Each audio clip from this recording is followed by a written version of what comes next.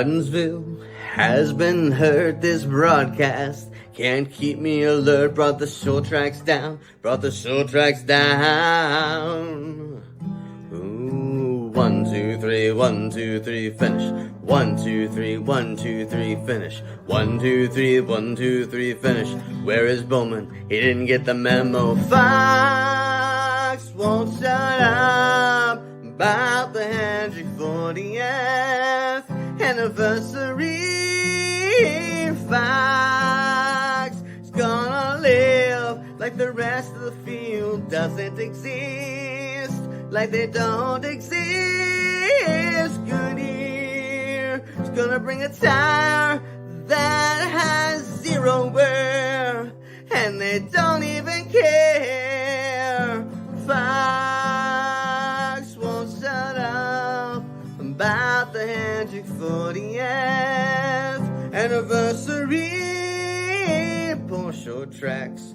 NASCAR ruined the great short tracks. People wanted more short tracks. Instead, NASCAR ruined short tracks. Ruined short tracks. Ruined short tracks. Yes, this car sucks at short tracks. Why are they shifting at this short track? Why are they shifting at this short track? This short track. Our chandelier, Michael Massie, with another banger. Hello, everyone. Welcome into the Happy Hour podcast. My name is Trey Lyle.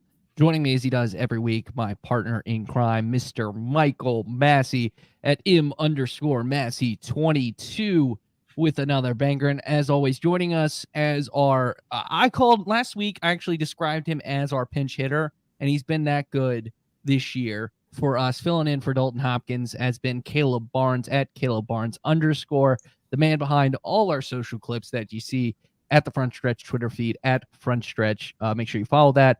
And then this is live streaming on YouTube, youtube.com/Front Stretch. And so our fourth this week, well, we wanted a guest. We usually get a guest outside of Front Stretch each week, but every response I got, and Massie, I think this was the same with you, they said this race sucked so bad, I am protesting it by not talking about it on your podcast this week. So we decided, we had to get, we had to look deep into the woods, and we decided to go with Jared Haas, at Real Jared Haas, the YouTube director, manager, whatever you want to call it, for Front Stretch. So, Jared, thanks so much for, filling in, and glad you're not like the rest of America protesting this past race, which honestly, I feel like you could. That race, just classic Martinsville next gen, just felt very dry, and Hendrick Motorsports is going to rise to the top. Cream rises to the top, and they finished 1, 2, 3 in this situation. Yeah, so we'll talk about Hendrick Motorsports. We'll talk about this race. We'll talk even about Fox, which is kind of bittersweet considering the director of this past race was a guest of Happy Hour. But we'll talk about all of that now in a moment. So as always, sit back, relax, crack open that cold one, unless you're Caleb or you're driving, because here at Front Stretch, we ask you to drive responsibly. He has a cold soda, which is completely legal in this case. So going first actually is Mr. Caleb Barnes this week, since we figured we'd go with, the short track package first. Yeah, so this topic is very, very sad to me, because Martinsville is a track that's near and dear to my heart. I know a lot of people say if you're going to encourage someone to go see a race first, you should go to Bristol or Daytona, Talladega. I went to college about an hour and a half away from Martinsville, and I absolutely loved bringing people to the paperclip. We could sit up in the corners and see guys knock each other up out of the way, and there was some great action there. And then 2022, there wasn't. That spring was it was the worst race that I've ever seen at any track, and it happened at Martinsville, and it was very sad to see. And then that fall of 2022 was a okay race, and then the Hail Melon, of course, electrified it. But then back again last spring, another just awful race, and we really haven't seen much improvement since. And it's kind of been a theme, not just at Martinsville, but at all the short tracks. And so we all talk about the short track package and how to improve it, but this package is really, really bad. And is there a way that we can fix this short track package? Do you guys have any thoughts on us being able to fix the package at all? I'll go first. I mean, we saw the answer. Like, we saw the answer. It's like this little carrot or prize. Like, and we came on after Bristol, and we were kind of like, okay, we have hope. In the last 2 weeks, the hope is shot out the freaking window. You can go two ways. You need you need a tire that wears, or you need more horsepower, or both. I would prefer both. I mean, there was a great race at Hickory this past weekend in the Cars Tour because it had all those elements. Like, you know what it will take to have a good short track race. You need a tire that won't last 180 plus laps like it did this past weekend with Joey Logano. You need a car this car, granted, it did great for the 1.5 mile racing. All right. It did fantastic. It has improved it so much, but it ruined the good racing you had before that. It's like, it's back to that, that old school Taco Bell commercial where it's like, do you want the soft shell taco or the hard shell taco? And the little girl says in Spanish, like, why not both? That is my question in NASCAR. Why not both? Because we have good 1.5 mile racing, and now we have crap short track, and you can throw road course racing in this because it's the same package. Also, this chassis was the same chassis as the Daytona car, the 300th win for Hendrick, which is insane to think about, because how is a super speedway car working on a short track? Like, that's what? It's just so everyone knows the freaking answer. It's tire, it's horsepower. It's that simple. And frankly, I don't get why NASCAR is just not doing it. Their excuses are, well, it costs more money.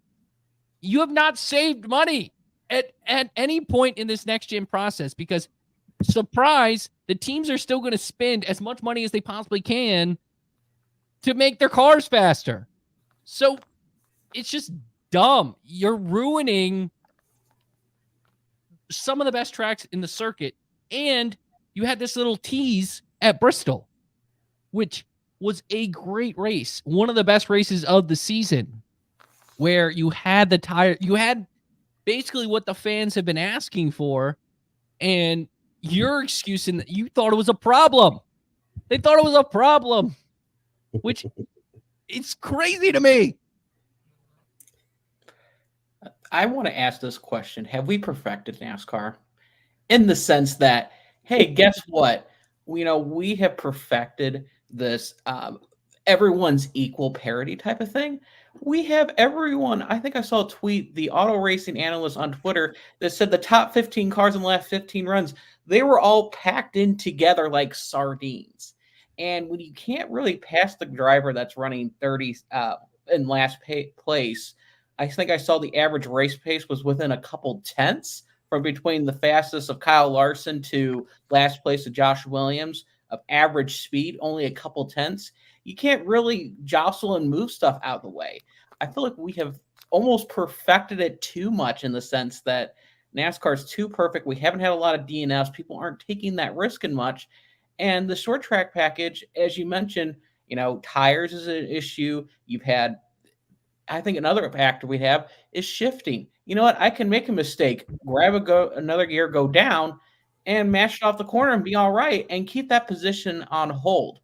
It's the thing is, it's not in the driver's hands as much as it used to. You could drive it down into the corner, and guess what? If you went too hard, you're going to pay the consequences, and that's what short track racing is. But here's the issue. We have shifting. We have these tires. We perfected the craft of racing in NASCAR in the Cup Series. And, I mean, it's a problem. That's what's going to happen. If you want that parity, you want that equalness, guess what? You're not going to get passing. Everyone's equal.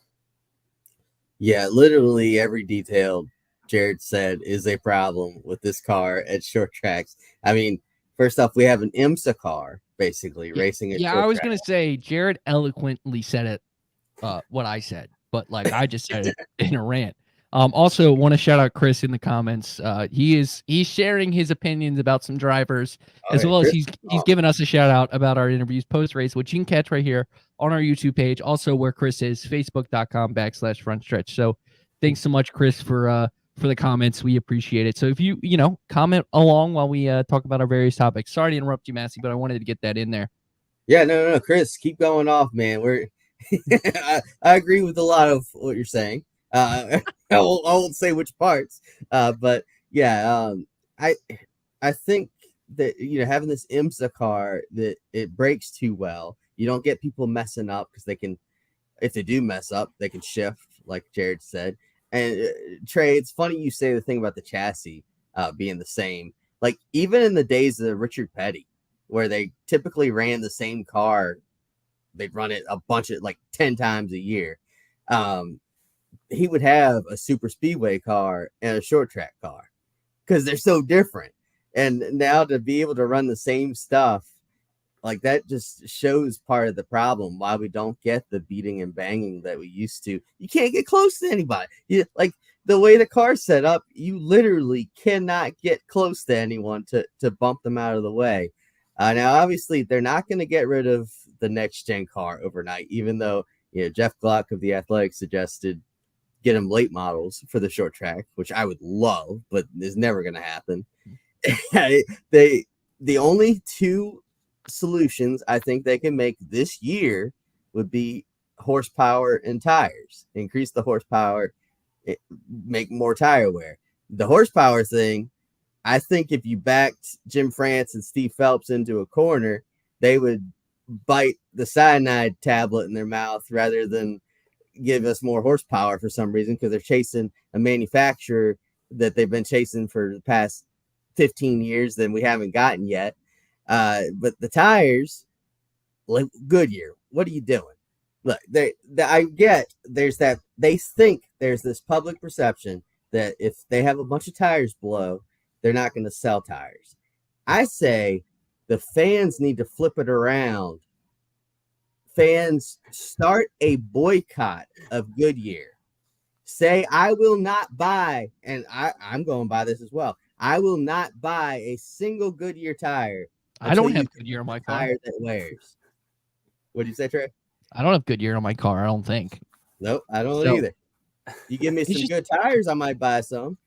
Like, it's crazy. Like the conversation at Bristol, you and I had this conversation, and I feel like we're like Goodyear and NASCAR were saying this is an embarrassment, and you have Chris Gabehart and Denny Hamlin sitting there and saying this is great. Like, this is great. And it felt like after that, Goodyear was like, well, we don't know what happened, and this sucks. Like, it was, and granted, the start of that race was wild, but it was more just because it was not expected. If you had the expectation of the tires can only quote unquote last between 50 and 80 laps, you're going to have a really good race. You're not going to have the bull crap that, and it's not, I'm not here to flame Joey Logano, because I give Joey Logano credit and Paul Wolf credit for doing the strategy, because it nearly won him the stage in stage 2. Like, you should not have left side tires at Martinsville last 108, almost half the race, essentially. That's insane. That's insane. Okay. Thanks for the comment as well, Larry. Shout out to you as well. I was going to counterpoint. Is a Bristol type tire sustainable, though? If we're seeing tires cording every 50, 60 laps at every track that we go to, does that get old quickly as well? No, because the teams will adjust. Like Denny Hamlin said this post-race, that if they came back with these same exact settings at Bristol the next week, they could get to 80 to 90 laps. And that would be perfect. That's about 4 stops at Martinsville. 4 to 5 stops. That's probably what you want in a short track race, is about 4 to 5 stops in a NASCAR short track race.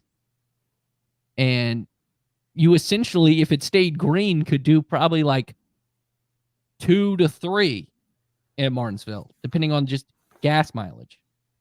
So I want to say, first off, y'all are making all great points. I agree with them all. I feel like at this point, we've been beating a dead horse for like the past year and a half of just like the same horsepower tires. And everybody's saying it on all these outlets. All these drivers are saying it. All these podcasts are saying it. We can only say it so much. I think even if we see horsepower and tire wear change, I still think the car is the foundational issue. And it's not like everybody drives it the same way. And with it being the kit car, they drive it the same way. It has the same amount of fall off, more or less, for everybody. And you do get a little bit more variation here and there with whenever you throw in a new element, like a new package, like more horsepower, like a new tire, something like that. But I think eventually we get back to the same. Even when guys have 900 horsepower, they're looking at each other at SMT, and they're going to figure out what they're doing. And it's going to be equally as hard to pass because they're all going the same speed still. They're all falling off at the same rate. And I don't think we're going to get anywhere unless this car is changed. And I don't fully know what that looks like. But even to your point, Trey, the 1.5 miles have been made a little bit better. But I feel like this is 2019 all over again, where like we saw the 550 horsepower package come in. And that first year in 2019, everybody was like, oh, these 1.5 mile races are awesome. These guys are close together. They're racing. Like the racing was at like Kansas and Charlotte in the spring of 2019 was there's some pretty good action there. But then it really hurt the short tracks and the road courses because they had the downforce package really, like they couldn't pass anyone. And it was the same scenario. And I feel like we're getting to that same point again here with this car is like, all right, we've made the 1.5 miles even better, but everywhere else has suffered. And the roots of NASCAR are more in short track racing and even road course racing, I would argue. You think of Riverside and how long Sonoma's been on the schedule and stuff like that. Those have been more of the roots of NASCAR than 1.5 mile racing. And I don't think it's worth it to go after this 1.5 mile cookie cutter tracks that we went after in the mid 2000s while giving up the road courses and the short tracks. I want to make one point on the tires. It's there, and I noticed this on social media. It's a vicious cycle with NASCAR making harder tires and Goodyear's making harder tires because you have, oh no, this tire is going crazy, going flat, it's balding. Okay, fine. We're going to make a tougher, stiffer tire that's going to last longer. Teams are going to adjust that to push the limits even more. And then the tire wears out. And then NASCAR goes, oh, wait a minute. Well, Goodyear, oh, we got more issues with tires going out. I mean, you saw that probably like prime example when you have think of those Tiregate races. The teams are not managing. They're trying to push it to the edge. So they respond, oh, we got to make it harder. And all of a sudden, you've got a tire that's lasting like Joey Logano's left side tires, over 200 laps in a race. Where is that fine balance of, okay, we got to make a harder tire so that way, we're not blowing tires every 10, 15, 20 laps, but we're not having tires lasting 200, 300 laps at a short track and still going fine. Yeah, absolutely. It's very frustrating. I mean, to me, the short track racing, I mean, poor Chris here. Let's save my man. You would rather slam my fingers in a car door than watch another road course. I think we talked about that the other week. So check out the old podcast, Chris. We talked about how many road courses should be on the schedule.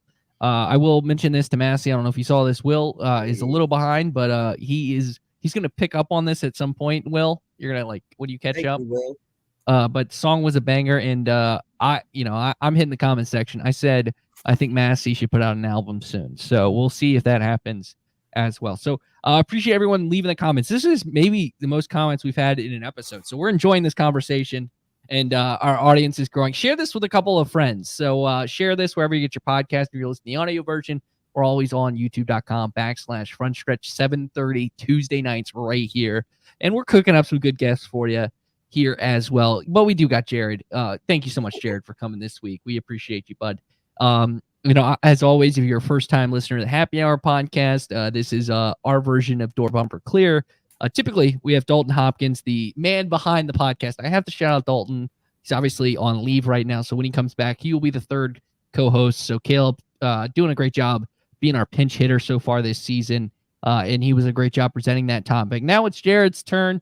We will we're gonna save another quote unquote ranting topic. I put that where I think some of us on here will rant, and then some of us will be calm and explain their opinion. Two of us here will rant. It's the two people at the top, while the bottom two might be a little bit more calm.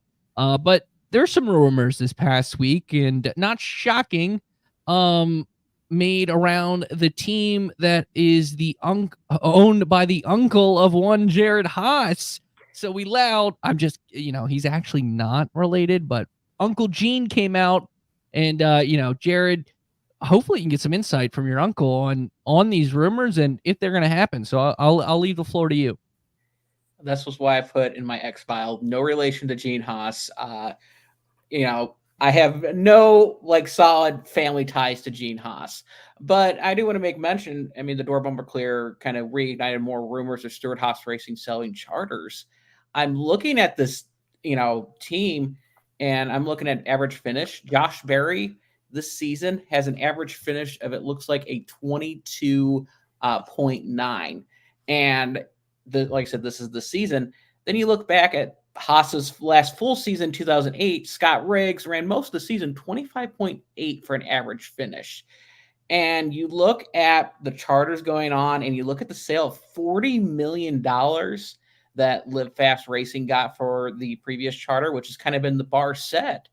Is Stewart-Haas Racing in a position to sell? You've got a lot of people at stake. You've got, the Custers as well, Joe Custer. You got Gene Haas, Tony Stewart. It feels like the divorced Gene Haas doesn't feel like this investments anymore. What's going on at Stewart-Haas Racing, and how much do we make of these rumors of, are they selling one or two charters? Yeah, I think it's. Go ahead, Caleb. Sorry. Sorry, I was gonna say I don't know that they're in a position to sell yet, just because of the uncertainty of the future of the charter system. I think there could be an owner, one of Trey's favorite people, that might be able to steal a charter or two if he gets some insider information, or is able to, if he just plans on gaming the system. Good point to Dale Jr.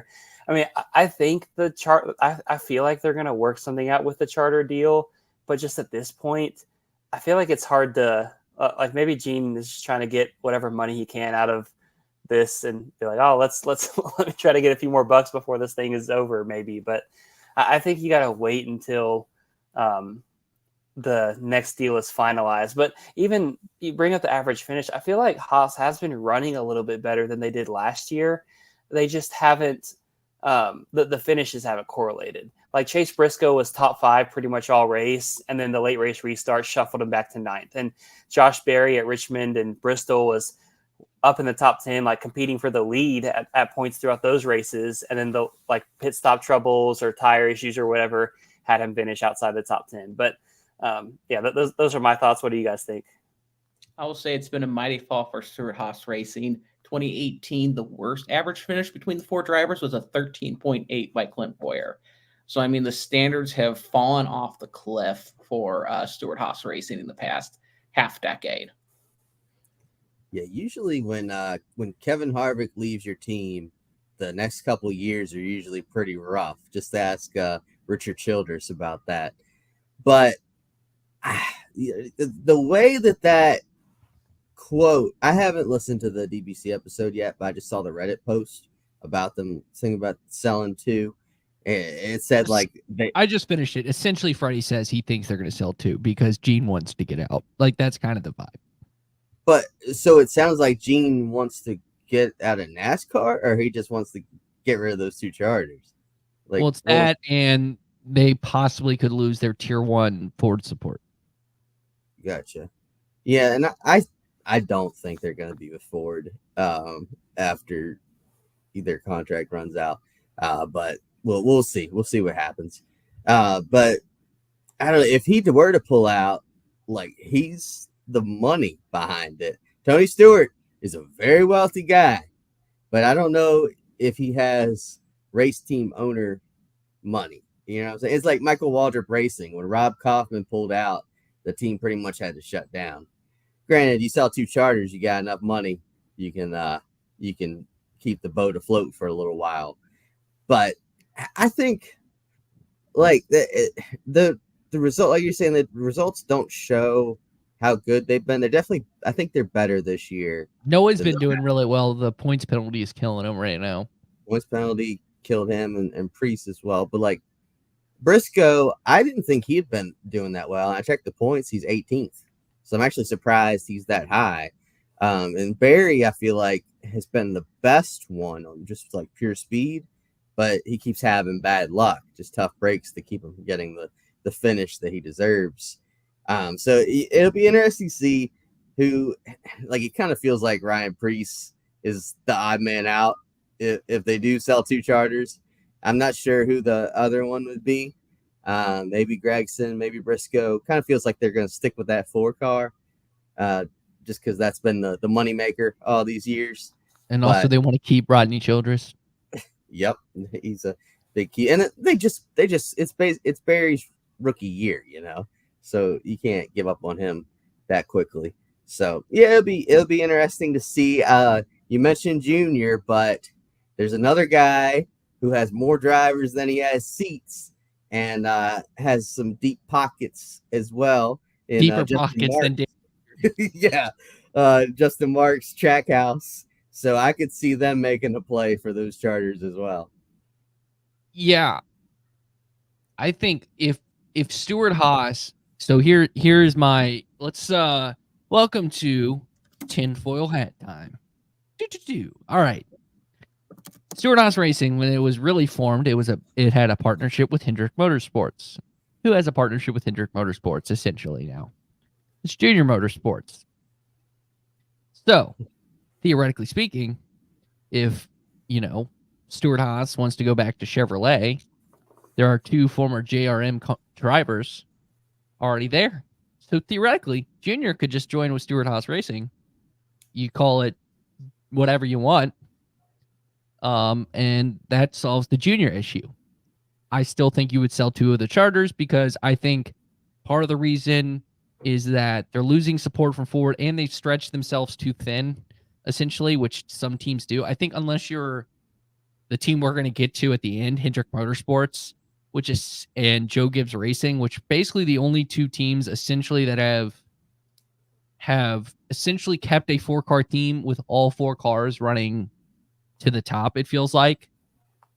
I feel like you go to 2, you sell 2 of them, maybe 1 to 2311, 1 to Trackhouse, or 1 to RFK. You go back to Chevy, you bring Junior in so Gene can get less of the load, because Gene essentially is funding an F1 team and a NASCAR team. That's insane. Like, sorry, Gene, that's not smart. I get it. So I think that's ultimately going to be the outcome. I don't know about the Junior part. That's me getting conspiracy theory. But I do think they're going to sell 2.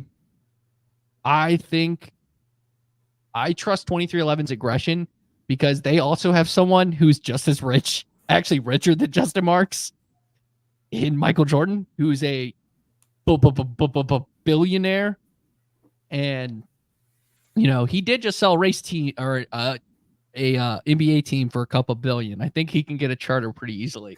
So 2311, I think, gets one because I think Denny wants to eventually drive for his own team and he'll need a 3rd charter for that because I don't see Reddick or Bubba leaving there anytime soon. And I think Trackhouse gets that other one, and then Stewart-Haas goes to 2. And I think they switch to Chevy. I agree with you, Massie. And maybe they rekindle their kind of where you could argue they had their peak success, except those first couple years with Ford was when they were in line with Hendrick Motorsports. What if the Stewart is 2 charters, Haas is 2 charters, so they sell the 2, then it's just Stewart Racing, but then Earnhardt buys in, got Earnhardt Stewart Racing.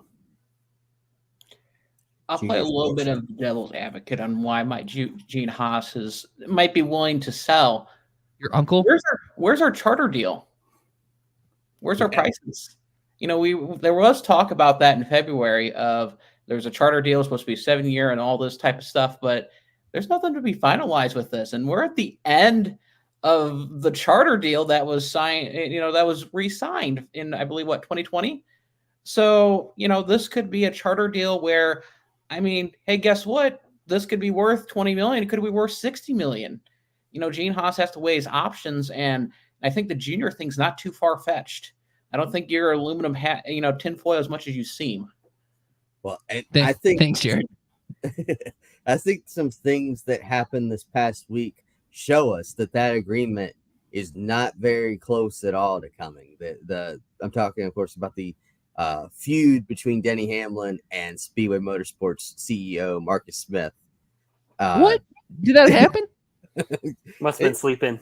Yeah, everybody was asleep when it happened. Everyone was asleep. Oh. Did you know that Denny Hamlin never won a championship? Marcus Smith told us like 60 times. Yeah, not until I read the 10 tweets about it.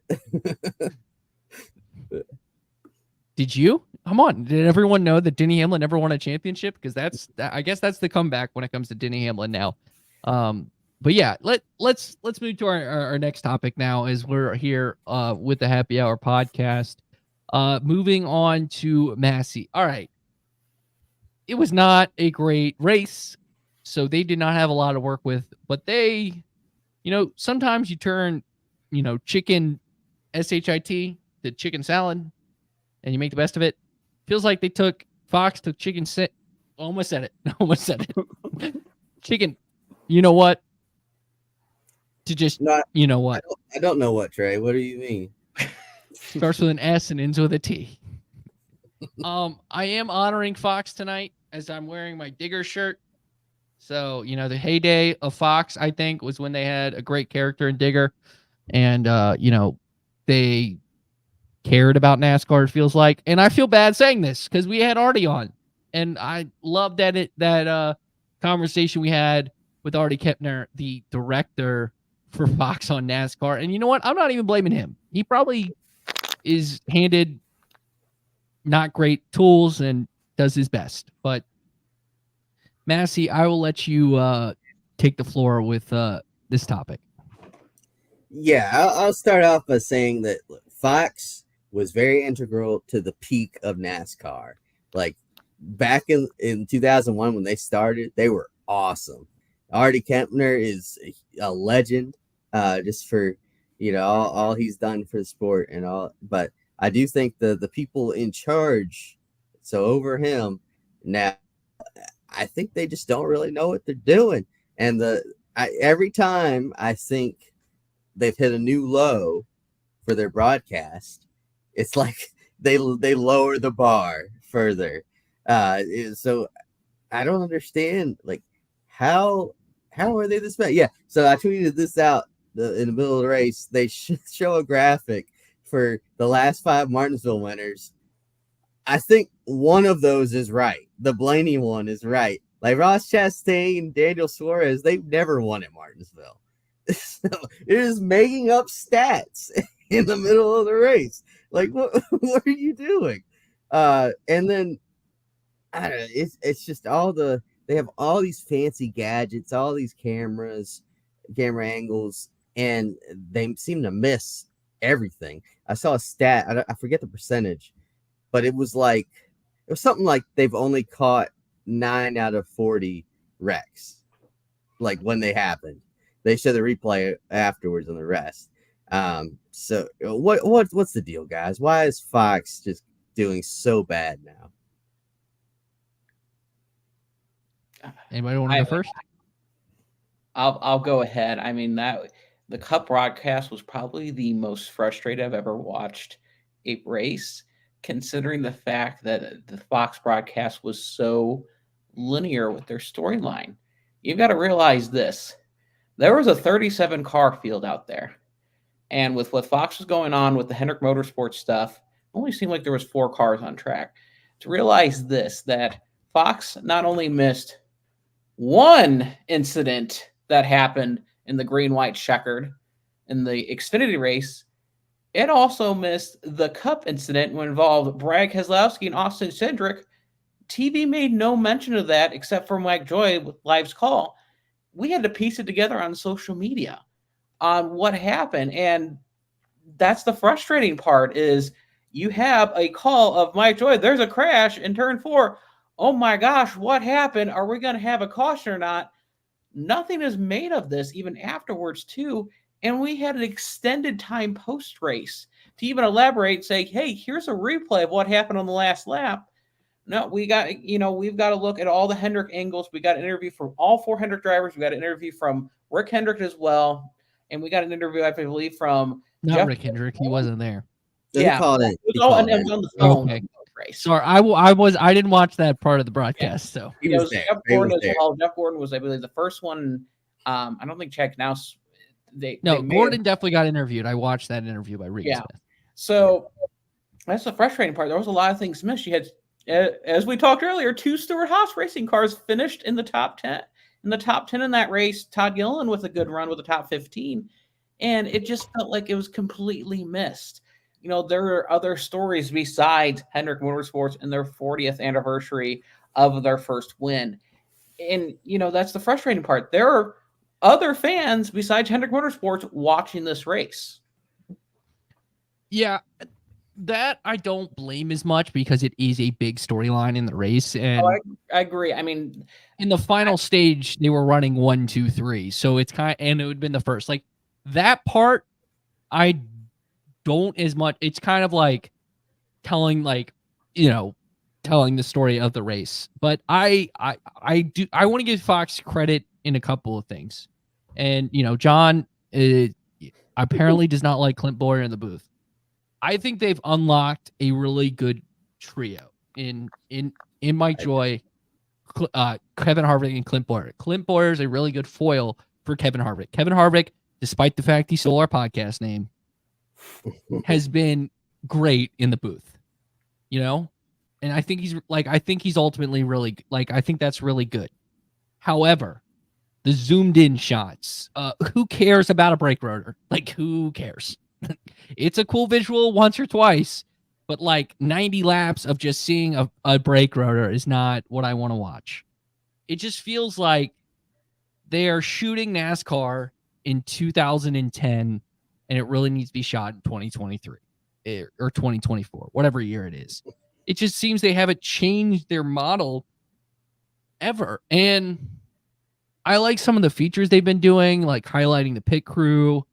They've added elements that I think are good, but then they make the dumbest mistakes. And it's just to me, that shows where is your effort? Where is your effort? And to me, and this is in Fox Sports in general, I think the dumbest crap in the world is their stupid, I guess they call it superhero humans.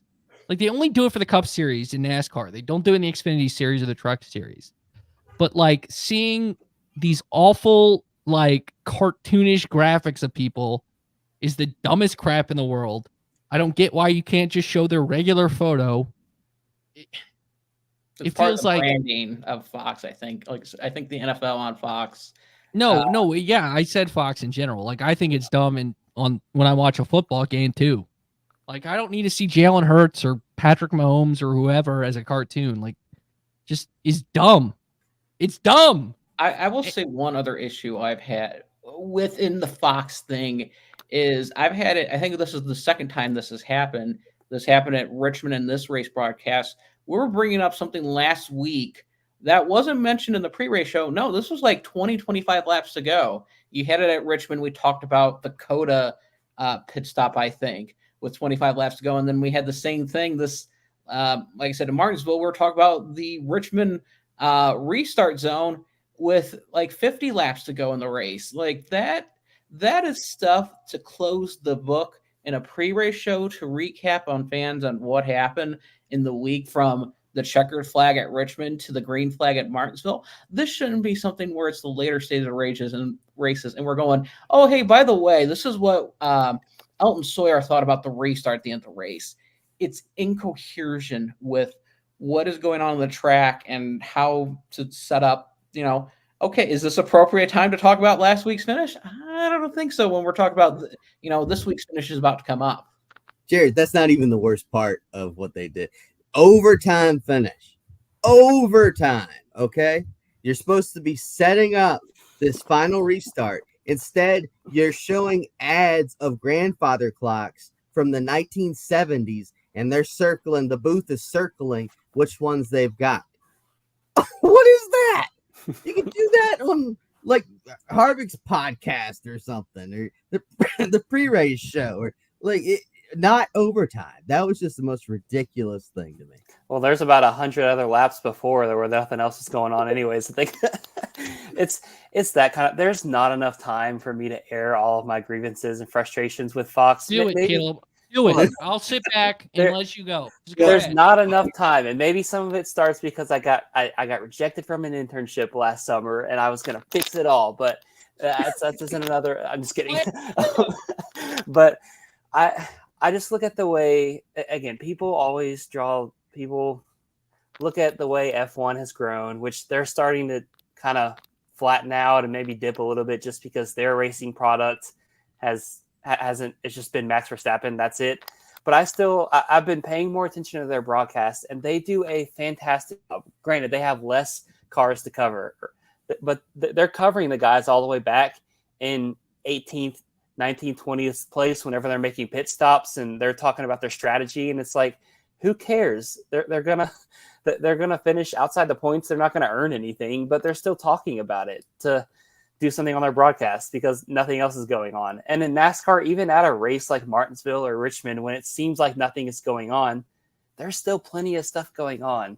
And I get it. Like the races are longer. The TV model is different. So like we can't go commercial free and everything, but it just feels like every year there is less and less of an effort it's kind of the same thing where we've been yelling at NASCAR for tires and horsepower. I feel like the last 3, 4, 5 years we've been yelling at Fox for the same things, and it just has, like the cartoons, that's been a gripe with many, and they started that like the first year of the next gen, if not before that, and they're still around.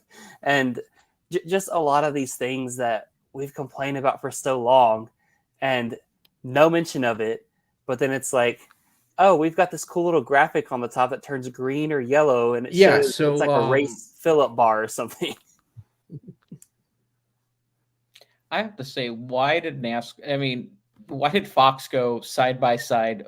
Another thing during a caution during the Xfinity race. I don't know if you saw that during the Xfinity race. They went side by side under caution. Usually the side by side's there to show the green flag, and we lost Trey. He's having a little bit of audio issues. He'll be back. Don't worry. But the side-by-side's there to show green flag racing, to show commercials, but why do we have those under caution? I mean, I get it. Maybe cool to have it once in a while, like with pit stops if something big happened, but it was just a regular caution. And why do we have that like side-by-side during cautions? Yeah, and there's parts like with everything, our couch racers or couch broadcasters or Monday morning quarterbacks, like we criticize stuff that a lot of times that we have no idea about. And I've just started working in live TV, so I understand how hard some of that stuff can be. And sometimes I'll see a messed up graphic and be like, oh, like JJ Yeley, 2009 F1 world champion. I can be like, yeah, I see where someone definitely forgot to change that out and it got put on air during practice. But like looking at the graphic that you posted, Massie, I was trying to think through. I was like, well, are they just saying like the last rate, like the winners of the last 5 races, and they forgot to change that out? Well, that doesn't make sense. Are they talking about in 2023?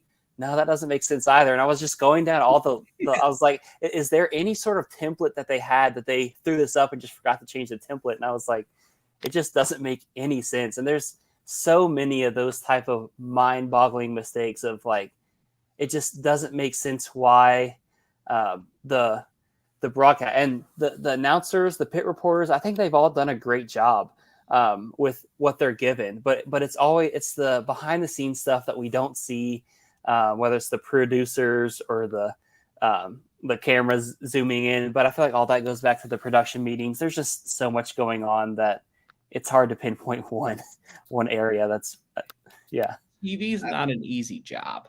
No, not at all. You know, there's a lot of people involved with this, and I find it interesting. I found a tweet that resurfaced that Ray Dunlap posted that Fox was cutting, people back in 2020, right before the COVID pandemic hit.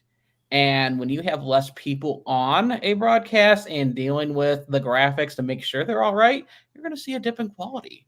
And, that's the prime example right there with what Massie showed with the previous 5 winners. It makes absolute no sense. And people are going to talk about it and they're going to have no idea what happened. And welcome back, Trey. Welcome back, Trey. Yeah, well, goodbye, Trey. they everybody acted like 5-6 years ago that Darrell Waltrip was the problem, and they kind of forced him into a retirement. But now I wish he was back. Like, he was one of the best parts they had going for him. It's like he was not the problem. And I would say Clint Boyer gets a lot of the bashing just because he's the public face. But Boyer was on it on Sunday. Like, when the Christopher Bell tire thing happened, Boyer pointed that out instantly. Like, this is what happened. He, I forgot what actually broke. But Boyer I feel like Boyer and Darrell Waltrip are more or less the same, because if you let them roam free in the booth and don't have any like guidance, they'll go off on tangents. People say they'll loudmouth. They're kind of crazy. They're off the wall. But when you've had, with Darrell Waltrip, you had Larry McReynolds, and with the booth in Kevin Harvick with Clint Boyer, you kind of had a little bit more curtailed person that understands, hey, here's what's going on. And, Clint and Kevin had that relationship, being teammates for a while. When you had that rotating booth, Boyer was stepping on toes. I feel like Phil Outway has written many articles when they had like Danica Patrick in the booth, and it was just, not couldn't build chemistry. You just simply couldn't build chemistry. So, and Kevin Harvick booth, you had, someone that calms down Boyer a little bit, so Boyer can actually pinpoint what's going on and give his analyst. So I'll give props to at least Fox for hiring Kevin Harvick in this situation. Yeah, absolutely. And Kevin killed it in the Xfinity broadcast, so it was naturally to get him to go there. All right, let's move on to the next topic, as now I have my audio issues fixed because couldn't hear you guys for a moment. And how do I sound? Everyone sound good? Let us know. So we're cool. Good. Cool. So yeah, let's move on. So Hendrick Motorsports just had celebrated their 40th anniversary of Martinsville by getting the first 1, 2, 3 in Martinsville history. So they are the winningest team in NASCAR. So my question is, if you view them as a team, do they have a discussion to be in the greatest team in sports history? So I'm going to hit you with a bunch of stats. This is Trey Lyle's stat corner. Do. Starting with Hendrick Motorsports. 18 total championships. That's 14 from Cup, 1 from the Xfinity, 3 from Trucks. 365 total wins, including 305 in the Cup Series. Then you go to other professional sports teams. Do you want to guess how many other sports teams, the only 2 sports teams, or I gave you that, but you want to guess the 2 sports teams that have more championships, because there's only 2. Yankees. Correct. That's why I'm wearing this hat. Lakers? No, Lakers and Celtics are at 17. Dang. It's a hockey team. I'll just say that's a hint. I do not know. No, you're not know hockey either. One of the northeastern ones. I don't know. Well, sort of northeastern, if you want to consider Canada that. It's the Montreal Canadiens that have 25 Stanley Cups.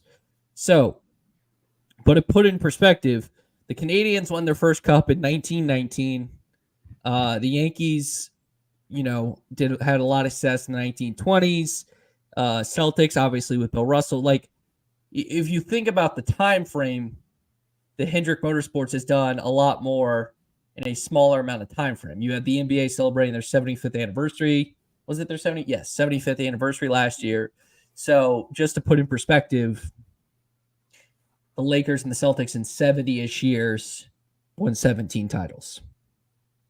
Granted, there's probably less contenders for the title each year in motorsports, but so does Hendrick Motorsports as a team belong into, this kind of conversation? Because typically you go with the 4 major sports in this conversation.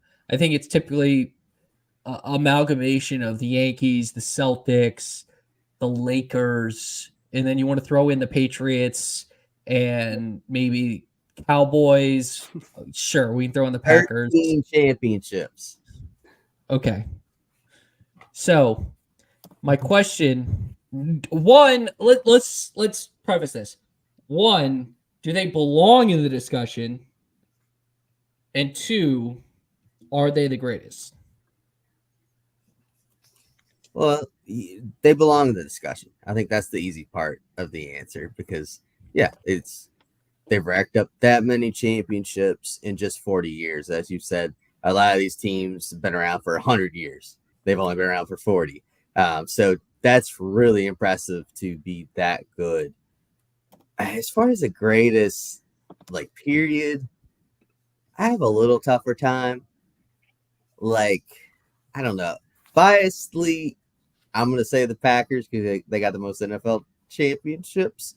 And I feel like the NFL is like the most competitive league where, they got like a salary cap and stuff. And it's really switches around kind of year to year. Whereas like other sports, you can kind of buy your way to championships. Also, Packers came out of Little Green Bay, Wisconsin. Coming out of New York or LA is a whole lot easier. But Hendrick, I'd throw him in the top 5 probably. Like, I don't know. I mean, they're gonna keep racking it up, so they can definitely get there. It's hard to fully translate because it's Right. like an individualized sport compared to a team sport, Right. but it's also a team sport, and then this is a team as a whole. So, and then also you got the whole deal where, like, who is the best team? The best team the past 2 years, but who won the championship? Like NASCAR, the way NASCAR is now, like Hendrick should probably have 2 more. That's more in relation with most sports. That's fair. Like the Orioles had the best record in baseball last year, so you could call them the best team, but they didn't win the World Series. The Bruins set a record for the most points scored in NHL history in a season, and they win the Stanley Cup last year. So that's more in relation to current sports. I feel like the discussion between the different sports is kind of apples to oranges, as you mentioned. I mean, you don't have 4 Yankee teams going out all at once trying to win. In NASCAR, it's pretty clear Hendrick Motorsports, over 40 years, long, more than half of NASCAR's history has involved a Hendrick Motorsports car somehow. So, I mean, they're clearly had the longevity and they've accomplished a ton. But, the tides of time, the Yankees, they're an organization. Hendrick Motorsports, you look at the NASCAR history, you don't see Cale Yarborough racing anymore. You don't see the Holman Moody car anymore. They're kind of more, I don't want to say past relics. Hendrick Motorsports is still around, but Rick Hendrick's not going to be around forever. And so it's tough to gauge someone that's based around a team ownership compared to like some mascots, like the Yankees racing team, for example. Be a little bit different, but I mean, Hendrick has accomplished a ton in NASCAR, a ton. And I mean, that puts him all time in there. And I think, one of the most influential teams and overall is not out of the question, but I mean, it's really tough to compare Yankees versus Hendrick Motorsports, an auto team that has, that's kind of had different drivers and different test of times, different competitors as well, versus, here's the Yankees versus the Red Sox. It's a little bit tough to tell, but Hendrick Motorsports has been dominant in NASCAR, to say the least, one of the best teams in history. Oh, it's the best NASCAR team in history. I mean, there's no argument there. But I was going to say, you, sir, do have no idea about George Steinbrenner because he was, the owner of the Yankees, and he was very much a Mr. H-like figure during his time of ownership. But go ahead, Caleb. Yeah, I don't know about like top 5 or top 10. I would say top 15 if we're like they're somewhere in that range. I think as they continue to get more history, they will continue to climb the ranks because I don't think they're going to stop winning anytime soon. They just don't have the longevity of some of those other teams. And I know you mentioned that like they don't have the longevity, but they have even more championships. I just think even like we talk about the history, and maybe that's just because I wasn't around then, but you hear about their first win in in the 80s with Jeff Bodine as a key. I mean, that's a huge moment. But then I feel like they really didn't kind of make their mark in the NASCAR world, like become a staple until getting close, like the late 80s and the night. Like there was kind of a period there, and then and y'all correct me if I'm way off base on this, but then you get in with Jeff Gordon, Ray Evernham, and you Terry Labonte, some of these guys, and that's where you start to see some of these legacy guys. But I feel like they didn't really start popping up and appearing until the 90s, so they don't have like quite as deep of a legacy at this moment. They certainly have the pedigree, and again, comparing motorsports and everything is really difficult. But yeah, I don't know. I'm just trying to think of other like motorsports, like how to compare it. Like Ferrari has been historically really good in F1. Thinking even like Roger Penske across all the divisions of motorsports that he's been involved in. Like, where does he stack up against Rick Hendrick? Maybe. I think someone put out they were frustrated that the broadcast didn't mention that this was like Penske's 200th or 2000th NASCAR start. Like a cumulative through this weekend or something like that. But Hendrick is definitely the top of NASCAR. And I think by the time we get to we had NASCAR 75 last year, by the time we get to NASCAR 100, they will be, I mean, they are the Yankees, they are the Lakers or Celtics. I don't know which one they are in NBA, but and then they've got Joe Gibbs right behind them as the rival, as the Red Sox, as the so. So Go ahead. I was going to say the answer to the second question is what's on my hat. It's the Yankees. They have 27 titles. They're the most iconic franchise in all of sports. But when I was thinking about this topic, yes, they belong in the discussion. I think there are different parts of this. You need, like, to become an iconic kind of top sports team, you need the championships. Clearly, winning means everything. They have the most wins and they have the most championships. But another part about it is like the iconic players you need. Like you think about the Lakers, you have Kareem, you have Kobe, you have Shaq, you have LeBron, you have Wilt, you have Jerry West. You go to the Celtics, you have Bill Russell, you have Larry Bird, Kevin McHale, even Kevin Garnett, Paul Pierce to some degree, but I don't like Paul Pierce, so he doesn't belong in this discussion. You go to, the Patriots, you have Tom Brady, you have Bill Belichick. You go Cowboys, you have Emmitt Smith, Troy Aikman, Michael Irvin. The 49ers, Jerry Rice. You go to, what's his name? Joe Montana. That's the name I was looking for. Steve Young. You go to Hendrick Motorsports. Have they had the iconic drivers? Absolutely. You go Darrell Waltrip. You go Jeff Gordon. I mean, arguably, they've had the three most quote-unquote iconic drivers since 2000 in Jeff Gordon, Dale Earnhardt Jr., and Jimmy Johnson. Obviously, Jimmy and Jeff for success, but Dale for just being Dale Earnhardt Jr. But they're probably the three most, at least Jeff and Dale, are the two most, recognizable NASCAR drivers there are.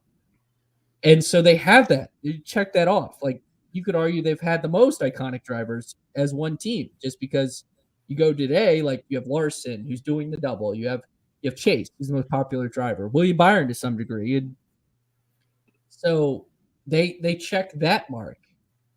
And like, do they have this, like the Lakers and the stuff, like Lakers had Jerry Buss, who was like a very aura kind of ownership figure. The Yankees had George Steinbrenner. You look at Robert Kraft with New England. Jerry Jones, despite, what I think about him, he's a very, charismatic owner. And then like the biggest one is George Steinbrenner, in my opinion. But then you go, Rick Hendrick has still that kind of figure in the sport. So I think they belong in the discussion because they fit the blueprint of those iconic teams. Now, are they worth billions of dollars like the Yankees, the Lakers, the Celtics, and the Cowboys? No, because that's just NASCAR. But do they belong in this discussion? Absolutely. All right, let's get to our bonus topic. Thanks so much for everyone listening. This used to be our YouTube topic, but the whole show's now on YouTube, youtube.com/frontstretch. So you're watching on YouTube, make sure you subscribe, hit that like button, leave us a comment during these about any of our topics, and we'd love to hear from you. We're also on facebook.com/frontstretch. So one of my favorite sports weekends is coming up, the Masters at Augusta National. Obviously, the most iconic golf course in motorsports. And no, Massie, this is the bonus topic. Thanks for throwing me off. I remember now that you bring it up. I remember what kid. God dang. Can't do anything with you guys. But we're signing off for the night. Right. We got, so the question, and I wanted, this was, Caleb's idea. The question goes, is there an Augusta National in NASCAR? Or a version of it? And I think there is. I think it's actually like one clear answer. It's Indianapolis because of the Indy 500 and everything and the beauty and everything that goes with it. I mean, I guess you could say Sonoma, but they don't race when it's pretty at Sonoma. But Augusta is not just the fact that like it looks beautiful on television, but it has the Masters, which is like the event in golf. Like the American motorsports event is the Indianapolis 500 or one of. Throw the Daytona 500 in there. Not here to get flamed by NASCAR fans. But IMS is also that aesthetic. It has that as well. So I think it's Indianapolis Motors. Plus, there's a golf course on Indianapolis, so you can have a golf tournament as well there. So you're muted now, Trey. I'll counter though by saying IMS is IndyCar's Augusta. It's not NASCAR's, because I think IndyCar has sole possession of that. But now I gotta think of what to counter. I think the one that comes to mind, like, I don't know. There's so many good ones, but I think the iconic one is Daytona, because Daytona 500 is the biggest race of the year. And then it's just such a beautiful facility. Like, people that aren't NASCAR fans know about Daytona International Speedway. And then, it's where it all started, it's going from racing on the beach there at Daytona. And you got the North Turn restaurant where the old beach course was located. So the NASCAR headquarters are there. I think you got to go with it. It's such a beautiful place. Daytona is the one. Yeah, I just think of like the sun glistening down in that February. Like, I remember back when I was a youngin' watching practice and everything on the Thursdays and on the Wednesdays and stuff like that was just incredible. Like, that feeling, kind of a similar feeling to like some of the build up to the Masters is what you get with Daytona. But I also think of just some of the layouts and everything of seeing the scenery of the golf course. Obviously the racetrack is itself. But I just think about the first time I went to Bristol Motor Speedway and just driving the coming in, we're in a racetrack. Like, usually you can see these things from pretty far away. They're pretty big. They're hard to miss. And then you come around one of the mountains and there it is, sitting right there in the valley. And especially the first time I saw it was in like fall time. So the leaves were all just beautiful up there in the mountains. And that's what, like, terrain wise, and then combine it with kind of the track and some of that. I think that's one that I would throw in the ring. I know we basically just listed all the crown jewel tracks. So you have another one you'd like to throw in for us, Jared? Well, of course I'll throw one. I'll give an honorable mention to Martinsville Speedway with the history we're just there. I know the racing was not up to par. If you didn't listen to that earlier, please rewind. But I have to say Charlotte. I mean, it's right in the center of the heart of NASCAR. And I've been there. I haven't been to I've actually been to Bristol. It is massive. It's out of nowhere, and all of a sudden you see this big old track, this big coliseum. But I mean, Charlotte's in the heart of racing, and it's just such an iconic place. And I mean, I feel like there's a few other things she could bounce around as the crown jewel. I mean, Daytona with the with the meaning of it, Charlotte with the where it's located, and there's other beautiful scenic places like Road America where we went to. I would say was the most scenic racetrack that I've been to. So I mean, there's a lot I could just say it was Augusta, but I mean, Charlotte's in the heart place. Daytona is a really good option as well, considering the buildup that we have to the Daytona 500. I would throw in Watkins Glen as well, with how they've got a super loyal fan base up there. It's been a sellout the last few years, and I think of those shots like of the cars coming up the S's, and you can see just with that elevation, you can see just forever out in the background, and those are some beautiful pictures as well. And for that one being a road course, you do have a little bit more of the greenery, and then you've got the unique blue kind of barrier walls out there, and the yellow red curbing really pops. I would throw Watkins Glen up there as well. If they still raced on it, I'd say Road America too. I'd throw that in there. Same kind of feels Watkins Glen as well. All right. Before we go, I want to update the draft, our year-long fantasy draft. Congratulations, Tom / I guess Jared technically here.